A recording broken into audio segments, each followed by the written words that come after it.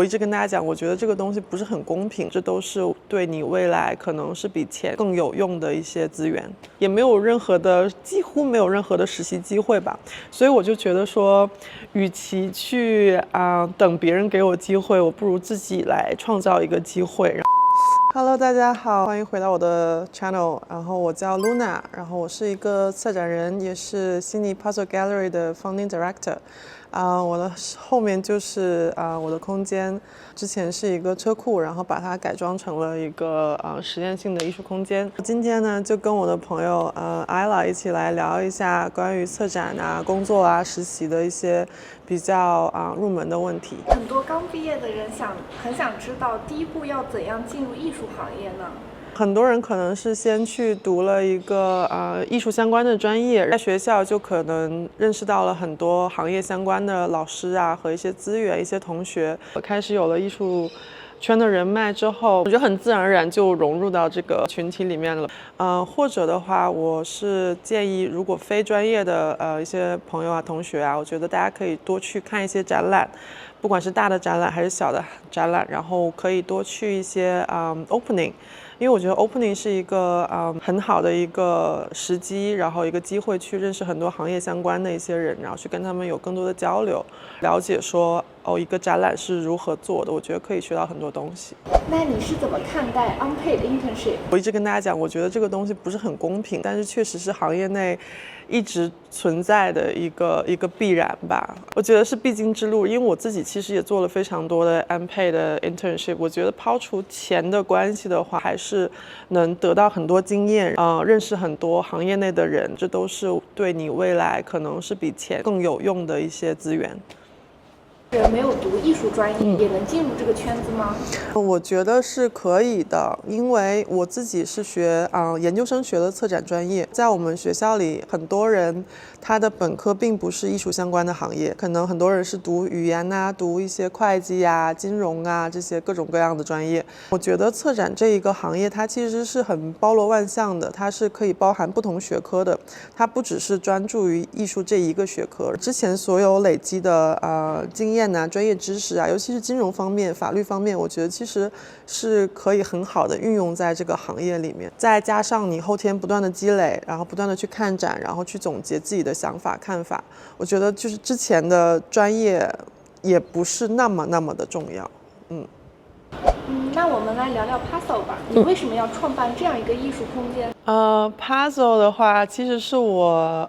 研究生一毕业就创立的一个空间。然后我大概毕业了3-4个月之后，我就创立了 Puzzle。我的第一个展是12月开始的。因为那个时候刚好是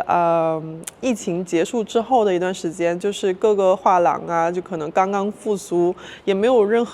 几乎没有任何的实习机会吧，所以我就觉得说，与其去等别人给我机会，我不如自己来创造一个机会，然后也可以给我的朋友们这些 emerging 的 curators 和 artists 一些展示他们自己的一个机会和空间。尤其我觉得 Puzzle 这个空间很好，就是因为它自己本身是一个车库的一个空间，我觉得来这边做展其实不需要有太多的压力。我一直跟我的艺术家们和策展人说 be bold, be wild， 就是做 whatever you want， 就是去实验、去玩、去做你想要做的东西就好，不要太多的压力。创立 Puzzle 的初衷其实还是挺 bold 的，就是想给自己，也想给年轻的做策展、做艺术相关的这些朋友们一些更多的机会吧。听起来很酷，但经营一个 ARI 应该挺难的吧？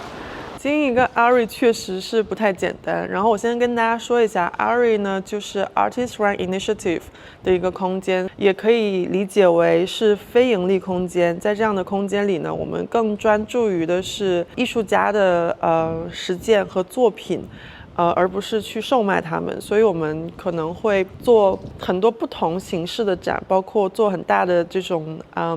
sculpture installation 或者做一些非常艺术，可能完全卖不出去的一些展览。做这样子的空间，比较有挑战性的，首先肯定就是成本运营方面。但是呢，因为我们这个车库空间，所以我们 location 是非常非常好，因为旁边就是Central Station， 然后 Central Park Mall 也在附近，前面就是白兔画廊。这个空间成本运营相对于其他的那种大的 commercial 画廊还是低很多的。其他的挑战就是我自己一直以来都是有全职工作的，在我的业余时间来去做这个空间，时间方面是还是挺有限制的。有的时候真的特别特别忙，因为它这样的小空间，所以你就会包含非常非常多的东西。比如我自己可能就要去布展啊、策展啊，包括自己来去发 social media 啊、去做 promotion 啊，然后一些沟通交流，跟艺术家和跟各个方面的一些人来去交流。我觉得4年做下来自己是得心应手吧，但是可能对刚开始运营空间的人，我觉得没有那么简单，因为我自己也其实是摸索了挺长时间的。然后我觉得如果大家感兴趣的话，我之后可以单独出一期讲如何运营 ARI 或者自己的小 gallery。你策展一个展览的过程是怎么样的？我觉得是不同的。比如说在puzzle 的话，我一般是在年底的时候会做一个 call out， 就是征集艺术家的 proposal， 大家会去 review 他的 proposal， 因为我一般会给出的一个要求就是 site specific。因为 puzzle 是一个非常非传统的一个空间，它不是一个 typical 的一个白盒子空间，所以我一般都会要求大家，因为这个空间的结构做一些展览。你像我们下一个展，他们就会做一些根据这个空间的特质啊和一些空间里的 material 去做一些创作。这是一种我给出一个 topic 一个主题，然后大家来去投稿吧，算是。然后还有呢，就是可能如果我自己做展呢，可能我有的时候会先想到一个我想要研究的一个方向，然后我再去找这个艺术家，哪一些艺术家他也是对这个方向感兴趣的，他可能也做了一些作品是有关于我想要做的这个 topic 的，那我们可能就会去聊，要么是做新的作品，要么可能他已有一些作品是非常符合这个主题的，那我可能也会用。还有呢一种也比较常见，就是可能我已经认识了一堆比较优秀的艺术家，然后我也很喜欢他们的作品，那我觉得他们有一些作品是有相关联的，那我可能就会探讨说，那其中有一些什么样的相关性，或有什么样的叙事方式可以把它们串联在一起，然后来去做一个展。我觉得这都是3种方式吧。对。那如果现在有一个人他很想做策展人，你会建议他从哪里开始？多去看一些展览，你不光要去看展拍照，可以写下一些看展的一些看法啊、心得啊，有什么感想啊，或者说对哪些艺术家感兴趣，自己之后可以做一些调查，然后可以去参加一些 opening 上面呢会有对艺术感兴趣的一些朋友们，可能还会有艺术家本人呐，或者策展人呐，或者策展人的朋友啊，艺术家的朋友们可能都会来。那你可能不知道会遇到谁，你可能会从跟他们的这个交谈谈话中可能会得到一些灵感和一些机会，我觉得这都是非常有可能的，因为我自己其实是从跟人交流中得到了非常多的资源和机会，我觉得可以从这开始，然后跟上时事吧。我觉得可以不用说那么大，可以你在的那一个城市或者那一个区域有哪些展览啊，你自己跟你一下，看他们都在做一些什么，你可以从他们做的一些方式，比如说这个人在今年做了哪一个空间的展，那你可以去看一下说，这个空间是不是有去做这种 proposal 的征集呀，或者什么一些其他的机会，就有的时候歪打正着，他可能正好就在募集一些机会，那你可能去申请会有不一样的可能性。那你觉得作为一个策展人，你和艺术家的关系是什么样的呢？我觉得我一直形容策展人好像是一个电影的导演，当然你可能会有编剧啊，一些灯光啊、摄影啊，我觉得艺术家就像是这一个电影里面的演员。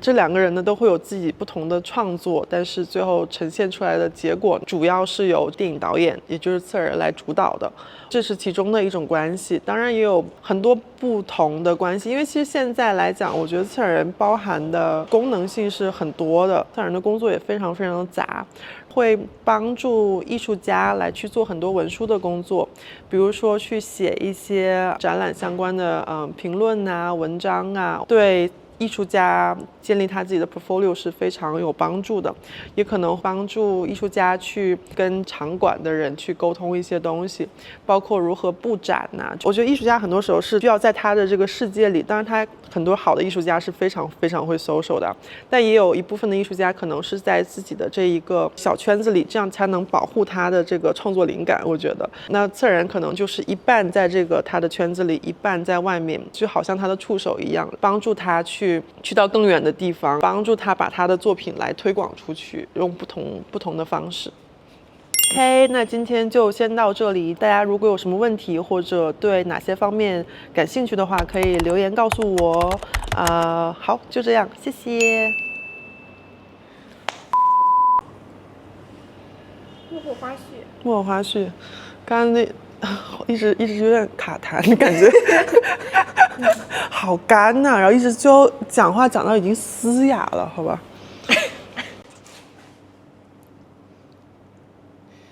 然后谢谢艾拉，我今天一直叫错她名字，我一直叫她 L， 然后我还在那思考半天，然后还是说了 L，